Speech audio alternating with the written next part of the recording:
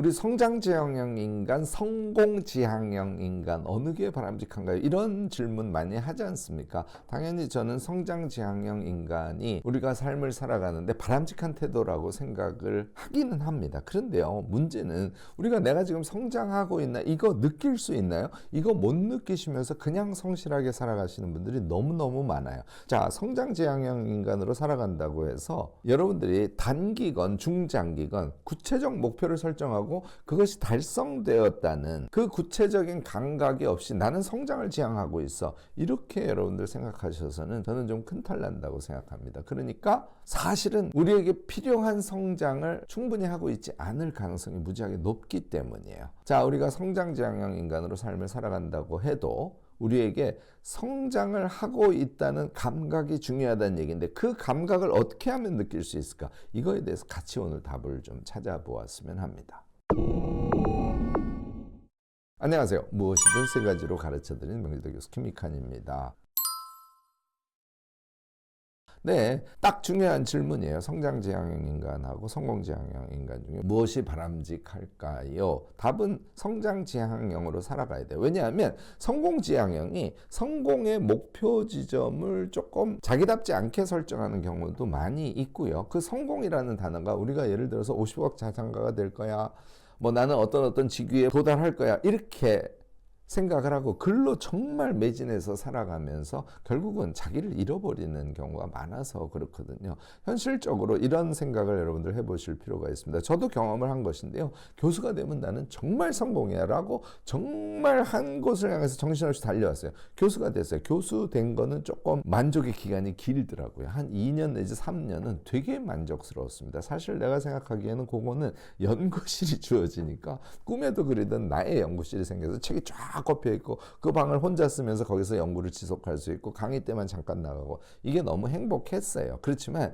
이것조차도 2, 3년밖에 안 갑니다. 자, 교수가 된 다음에는 승진을 해야죠. 부교수도 되고 정교수도 돼서 이제 테뉴어라 그러죠. 말하자면 종신직으로서의 교수가 되는, 이런 게 목표거든요. 그거는요 몇 달 안 가요. 제가 테뉴어를 받고요, 처음엔 너무너무 기뻤습니다. 한 달이 지나니까 그 사실조차를 잊어버려요. 그러니까 내가 무엇인가 성공을 했다는 감각조차가 남지 않을 정도예요. 내가 엄청 비싼 차를 살고 싶어. 그래서 차를 샀어요. 성공했죠. 그것이 끝지점일 것 같죠. 그렇지 않습니다. 그 다음에 또 다른 성공의 목표가 생기고 또 우리는 그것을 향해서 계속 정신없이 달려가고, 이런 삶을 살기 때문에 성공지향형 인간으로 살아가는 것은 바람직하지 않다. 이거는 결론을 쉽게 내릴 수 있습니다. 그래서 성장을 지향해야 한다, 이것은 알겠는데 문제는요, 성장감을 우리가 실제로 느끼지 못한다는 거예요. 성공지향형 인간으로 살아가는 것이 바람직하지 않음에도 불구하고 성장지향형으로 살아간다는 것이 사실 쉽지 않다는 데 문제가 있다는 거예요. 성장감을 느끼기 위해서는요, 여러분들 이거를 꼭 아셔야 됩니다. 시작점과 끝 지점의 차이를 인식할 수 있는 뭔가 기제가 있어야 돼요. 내가 성장을 위해서 계속 노력은 하는데 시작 지점이 어디였고 끝 지점이 여기라서 여기서 이런 차이가 있었군, 얘를 인식해야 성장감, 성장이 느껴질 거 아닙니까? 그런데 그것을 우리가 제대로 하고 있지 못한 건 아닌지 여러분들 한번 꼭 생각해 보시기 바랍니다. 성장지향형인 사람들이 일반적으로 범하는 잘못, 여러 가지 유형이 있긴 하지만 제가 그동안 봐왔던 사람들은 일단 무질서하게 독서만 지속하시는 분들이 너무너무 많아요. 특히 김 교수의 세 가지 구독자분들 중에 이건 난데 이렇게 느끼시는 분들이 많을 겁니다. 물론 이게 무조건 나쁘다는 게 아니에요. 아깝다는 얘기를 하고 있는 겁니다. 또 구체적인 인생의 목표는 없는데 무지하게 성실하게는 살고 있어. 이거 마찬가지예요. 성실하게 살고 있기 때문에 너무너무 아름답고 훌륭하게 살고 계십니다. 그런데 이것만으로는 안 된다는 얘기를 오늘 제가 꼭 하고 싶은 것이죠.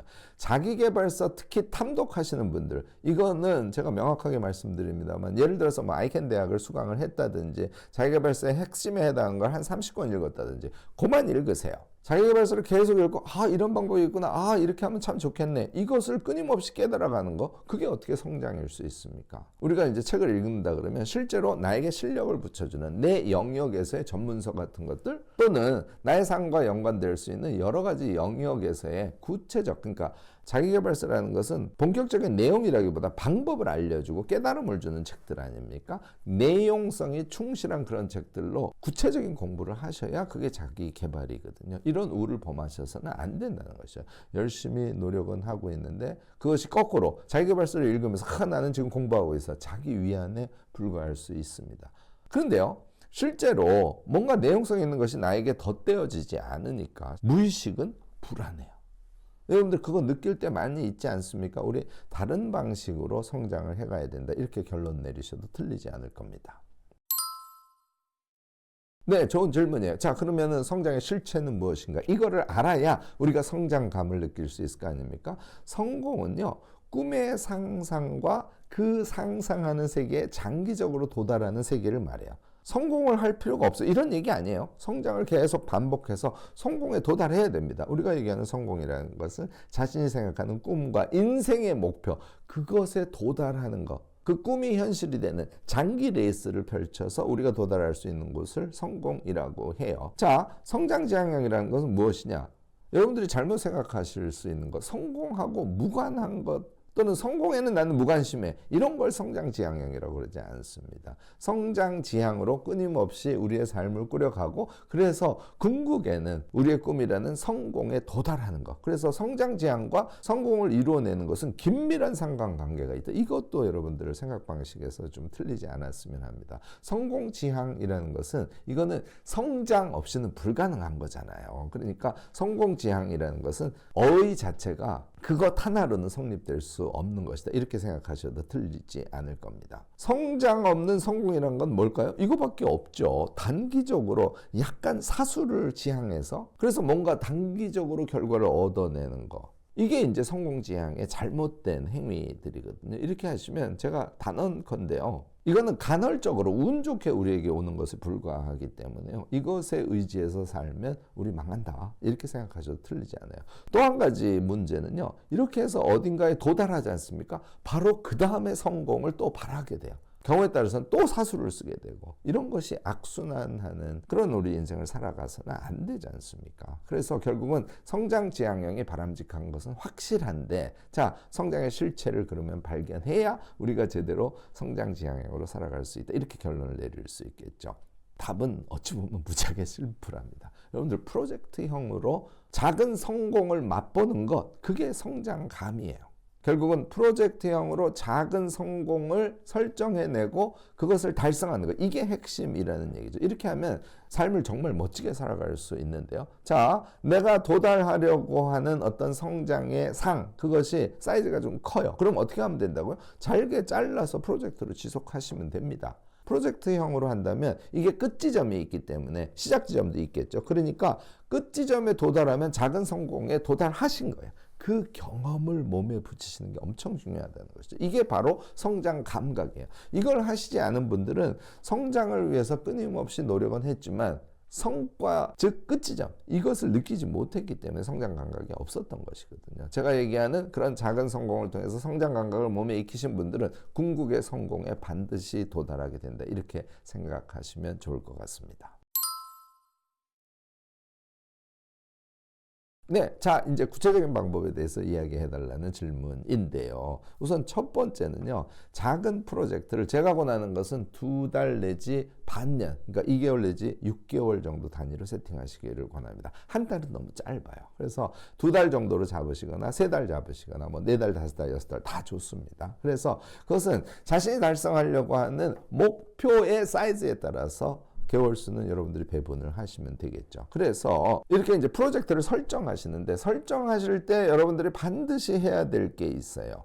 아웃풋을 어떤 물체 형태로 꼭 구상을 하셔야 됩니다. 아, 내가 뇌과학에 대한 책을 5권을 읽어서 뇌과학의 기본 개념에서부터 시작해서 뇌과학 영역이 한 3가지로 나누어지는데 각각의 영역에 대한 개요를 알 뿐만 아니라 우리가 무엇인가를 창의적으로 수행할 때 뇌가 어떻게 작동하는지 이것에 대해서 내가 무엇인가를 알 거야. 그러면 그 내용을 담는 구체적 목차가 있는 자기의 공부의 결과를 뭐 개조식도 좋고 글도 좋고 어떤 형태로도 좋은데 마치 전자책을 만들듯이 그것을 아웃풋을 할 거야. 또는 나는 거기까지 가기는 어려워. 그래서 제가 계속 강조하죠. 책을 읽으면 여러분들 카드 만드시라고, 도서 카드 만드시라고. 그래서 제가 이게 엄청 좋은 수단이기 때문에 맞는 카드라는 용어로 부르는 거예요. 나는 책을 5권을 읽고 강의 하나를, 전문 강의 하나를 듣고 얘를 가지고 카드를 110장을 만들 거야. 이거 4개월쯤 걸릴 것 같아. 이렇게 하면 아웃풋이 구체적으로 설계가 된 것이죠. 또 이 아웃풋은 양적인 목표를 담아야 돼요. 그러니까 내가 전자책처럼 뭔가를 쓸 거야. 쪽수를 미리 예측을 해 두시기 바랍니다. 내가 이 뇌과학 관련해서는 이거를 개조식으로 정리해도 40쪽은 나올 것 같아. 이렇게. 제가 아까 독서 카드, 만능 카드는 몇 장? 120장 이렇게 제가 설정을 했지 않습니까? 이렇게 양적인 목표를 구체적으로 정하는 거. 이게 작은 프로젝트를 세팅하실 때 제일 중요한 지점이라는 거 잊지 마시기 바랍니다. 두 번째는요. 얘를 실행하시는 건데 얘를 실행할 때는 루틴을 포함해서 실행하셔야 돼요. 이거는 필수입니다. 여러분들이 일주일 동안 뭐 이걸 할 거야. 한 달 동안 이걸 할 거야. 이거는 세우실 수 있는데 실행을 담보하는 뭔가의 수단을 갖추지 않는 경우가 많습니다. 자, 상세한 실행 계획. 다시 말해서 일주일 단위의 실행 계획을 여러분들이 가지셔야 되고요. 이것을 실행하는 것은 루틴을 꼭 포함시켜야 돼요. 이런 계획을 세우실 줄 알아야 여러분들은 성장감을 실제로 경험하실 수 있습니다. 자, 이 구체적인 실행 계획을 세울 때는 내가 무엇을 읽고 무엇을 가지고 무엇을 할 거야. 이걸 하려면 일단 자료조사를 하셔야 되죠. 자료조사 능력을 여러분들 갖추고 그것을 하시고요. 요거를 일주일 단위로 계획을 세분해서 짜시되 일주일 단위의 체크리스트 박스 같은 것을 서식으로 만들어서 그걸 체크해 가면서 여러분들 실행을 하시는 거, 이거 꼭 필요하다는 거 잊지 말아 주시기 바랍니다. 그 다음 세 번째가 어찌 보면 제일 중요해요. 자, 완료를 했어요. 교수님 완료를 하려고 그랬는데 2주나 늦게 완료가 되네요. 할 수 없어요. 그런데 계획이라는 거 여러분들 왜 세운다고요? 네, 심하게 얘기해서는 변경하기 위해서 계획을 세우는 거라고 이렇게 생각하셔도 괜찮습니다. 여러분들 중간에 자기의 진도를 보고 그러면 계획을 변경해서 시간을 조금 늘린다든지 범위를 조금 좁힌다든지 이렇게 해서 반드시 끝까지 성과를 내는 거, 이거는 엄청 중요합니다. 얘를 낸 다음에 여러분들 파티를 꼭 해주시기 바라요. 무엇인가 짧은 성공을 이루어낸 다음에 여러분들이 그 성취 파티를 꼭 해주시는 그런 습관을 가지시기 바랍니다. 그러면 어떻게 될까요? 자기가 파티까지 하니까 작은 성공에 대한 기쁨을 느끼고 구체적으로 결과물이 나오니까 그게 우리의 성장감이라는, 내가 성장했구나 하는 구체적 느낌으로 와닿기 시작하는 거예요. 제가 말하는 파티는 여러 종류가 있습니다만 저는 몇 분 이렇게 같이 모여서 자기가 성과를 낸 것에 대해서 발표하는 파티를 꼭 하시기를 권합니다. 또 하나, 내 자신에게 축하 선물을 꼭 하세요. 아니 무려 4개월이나 해가지고서는 내가 계획한 것을 달성하고 구체적인 물건이 나왔는데 그걸 어떻게 축하하지 않을 수 있겠어요. 자기에게 축하 선물 꼭 하시고요. 이런 작업을 해주시면 여러분들 제가 강조하는 성장형 인간인데 그 성장형 인간이 작은 성공들을 경험적으로 쌓아서 성장형 인간이 되는 것이다 라는 것을 실천할 수 있게 되는 겁니다. 자, 그 사이에 이렇게도 꼭 해주세요.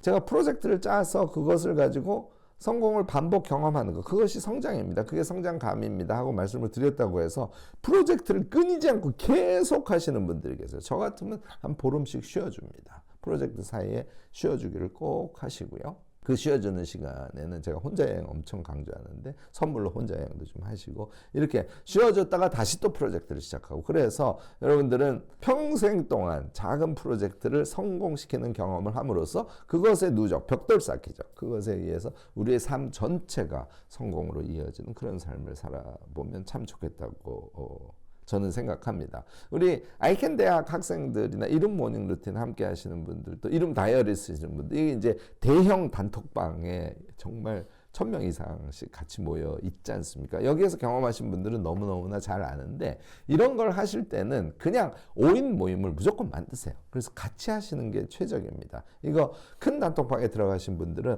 내가 4개월짜리 성공 습관을 직접 경험할 수 있는 나의 프로젝트를 진행하려고 하는데 4개월 동안 하나의 프로젝트를 할 사람 같이 모일까요? 하고 오픈 채팅방을 만들어서 방을 띄우면 순식간에 사람들이 모입니다. 그 사람들이랑 같이 여러분들 프로젝트를 해서 성공을 이루어내는 그 습관을 몸에 착 붙이고요. 그것을 쌓아서 자신의 성장감을 느끼면서 삶을 살아가시기 바랍니다. 같이 가는 것이 엄청 중요하다는 거, 이것도 마지막 제가 강조하니까 잊지 마시기 바랍니다. 오늘 제 이야기가 여러분들에게 도움이 되셨다면 좋아요, 구독, 알림 설정까지 꼭 부탁드리겠습니다.